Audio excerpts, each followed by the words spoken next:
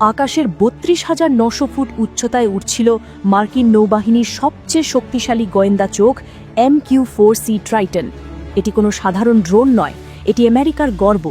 কিন্তু হঠাৎ একটি অদ্ভুত সংকেত ভেসে এলো এবং তার ঠিক কয়েক সেকেন্ডের মধ্যেই রাডার থেকে চিরতরে অদৃশ্য হয়ে গেল ৩০০ কোটি টাকার এই অত্যাধুনিক যন্ত্র। কোনো মিসাইল হামলা হয়নি, আকাশে কোনো বিস্ফোরণের শব্দও শোনা যায়নি। তবুও আমেরিকার সবচেয়ে দামি ড্রোনটি পারস্য উপসাগরের ওপর স্রেফ ভ্যানিশ হয়ে গেল।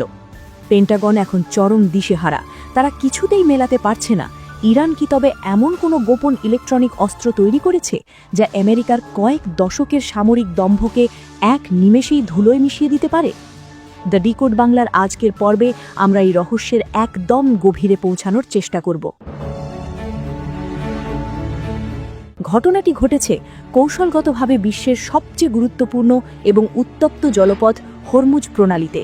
সংযুক্ত আরব আমিরাতের ঘাঁটি থেকে উড্ডয়ন করা এই ড্রোনটি দক্ষিণ থেকে উত্তর দিকে নজরদারি চালাচ্ছিল, কিন্তু ইরানি জলসীমার ঠিক কাছাকাছি পৌঁছানো মাত্রই এর ট্রান্সপন্ডার সিগন্যাল আসা বন্ধ হয়ে যায়। MQ-4C ট্রাইটন ড্রোনের ক্ষমতা সম্পর্কে যারা জানেন তারা অবাক হতে বাধ্য। এটি একটানা ২৪ ঘন্টার বেশি সময় আকাশে থেকে কয়েকশো মাইল এলাকা নিখুঁতভাবে স্ক্যান করতে পারে। একে বলা হয় আমেরিকার সমুদ্র চোখ। অথচ ইরানের উপকূলে পা রাখতেই এর সব সেন্সর আর কমিউনিকেশন সিস্টেম পুরোপুরি অকেজো হয়ে গেল। প্রশ্ন হলো, কেন পেন্টাগন এই খবরটি প্রথমে গোপন রাখতে চেয়েছিল? কেন তারা সাধারণ একটি যান্ত্রিক ত্রুটির কথা বলে দায় এড়াতে চাইছে? সামরিক বিশেষজ্ঞরা বলছেন এখানে কোনো শারীরিক আক্রমণ বা মিসাইল ব্যবহার করা হয়নি। সম্ভবত ইরান ব্যবহার করেছে তাদের অত্যন্ত শক্তিশালী এবং গোপন ইলেকট্রনিক জ্যামিং প্রযুক্তি। এই প্রযুক্তির মাধ্যমে তারা ড্রোনের জিপিএস এবং কন্ট্রোল সিস্টেমকে স্রেফ হাইজ্যাক করে ফেলে। কিন্তু আসল বিস্ময়ের ব্যাপার হলো, আমেরিকার মতো পরাশক্তির উচ্চমাত্রার এনক্রিপ্টেড সিগন্যাল ভাঙার ক্ষমতা কি সত্যিই তেহরানের আছে?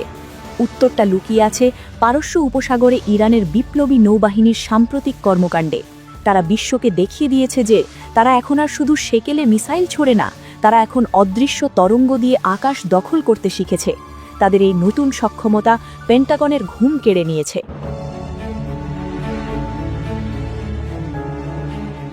বর্তমানে যুক্তরাষ্ট্র ইরানকে মোকাবিলায় মধ্যপ্রাচ্যে তাদের নৌশক্তির প্রায় ৩ ভাগের ১ ভাগ এবং বিমান শক্তির প্রায় অর্ধেক মোতায়েন করেছে।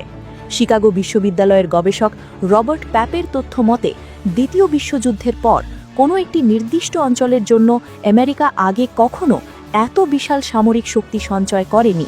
তবুও কেন ইরান ভয় পাচ্ছে না? কেন তারা পিছু হটছে না? মার্কিন বিশেষ দূত স্টিভ উইটকফ ফক্স নিউজকে দেওয়া সাক্ষাৎকারে সরাসরি নিজের হতাশা প্রকাশ করেছেন। কারণ ট্রাম্প প্রশাসনের দেওয়া চরম সামরিক ও অর্থনৈতিক চাপের মুখেও ইরান আত্মসমর্পণ তো দূরে থাক, উল্টো মার্কিন গোয়েন্দা ড্রোনকে আকাশ থেকে গায়েব করে দিচ্ছে। ইরানি সেনাপ্রধান মেজর জেনারেল আমির হাতামি স্পষ্ট করে দিয়েছেন যে ইরানকে গিলে খাওয়া কারো পক্ষেই সম্ভব নয়। তারা প্রমাণ করে দিয়েছে যে আমেরিকার ৩০০ কোটির প্রযুক্তি তাদের কাছে স্রেফ এক টুকরো লোহার চেয়ে বেশি কিছু নয়। ২০১৯ সালেও ইরান একটি গ্লোবাল হক ড্রোন ভূপাতিত করে বিশ্বকে কাঁপিয়ে দিয়েছিল, কিন্তু এবারের ঘটনাটি আরও অনেক বেশি রহস্যময় এবং আতঙ্কজনক। কারণ এবার ড্রোনটি বিধ্বস্ত হওয়ার কোনো চিহ্ন মেলেনি। এর মানে হলো ইরান হয়তো ইলেকট্রনিক পদ্ধতিতে ড্রোনটিকে অক্ষত অবস্থায় নিজেদের কোনো গোপন ঘাঁটিতে ল্যান্ড করিয়েছে। যদি তাই হয় তবে আমেরিকার কয়েক দশকের সাধনার ড্রোন টেকনোলজি এখন ইরান, রাশিয়া কিংবা চীনের ল্যাবরেটরিতে চুল চেরা বিশ্লেষণ হওয়ার পথে। এটি কেবল একটি ড্রোন হারানো নয়, এটি আমেরিকার বৈশ্বিক সামরিক আধিপত্যের ওপর এক বিশাল আঘাত। এই ঘটনা কি তবে মধ্যপ্রাচ্যে শক্তির নতুন এক ভারসাম্য তৈরি করছে? পেন্টাগন কি পারবে তাদের হারিয়ে যাওয়া ইজ্জত উদ্ধার করতে, নাকি পারস্য উপসাগর হয়ে উঠবে মার্কিন প্রযুক্তির এক বিশাল কবরস্থান?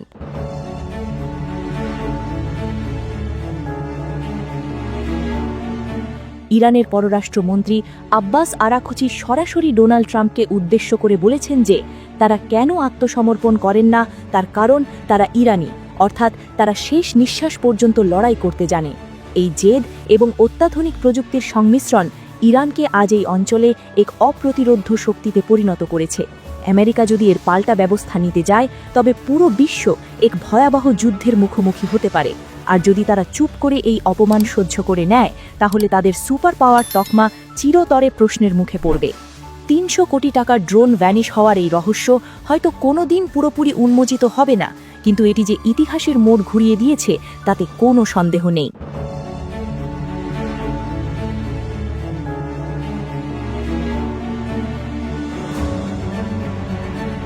দর্শক, আপনার কি মনে হয় ইরান কি সত্যি প্রযুক্তিতে আমেরিকাকে চ্যালেঞ্জ করার ক্ষমতা অর্জন করেছে, নাকি এটি কেবল ড্রোনের কোনো যান্ত্রিক গোলযোগ ছিল যা আমেরিকা স্বীকার করতে লজ্জা পাচ্ছে?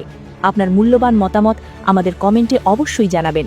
এই ধরনের আরও এক্সক্লুসিভ নিউজ অ্যানালিসিস এবং বিশ্বের পর্দার আড়ালের খবরগুলো সবার আগে পেতে দ্য ডিকোড বাংলা চ্যানেলটি এখনই সাবস্ক্রাইব করে পাশে থাকা বেল আইকনটি বাজিয়ে রাখুন। দেখা হবে পরবর্তী ভিডিওতে। ততক্ষণ ভালো থাকুন, সুস্থ থাকুন। ধন্যবাদ।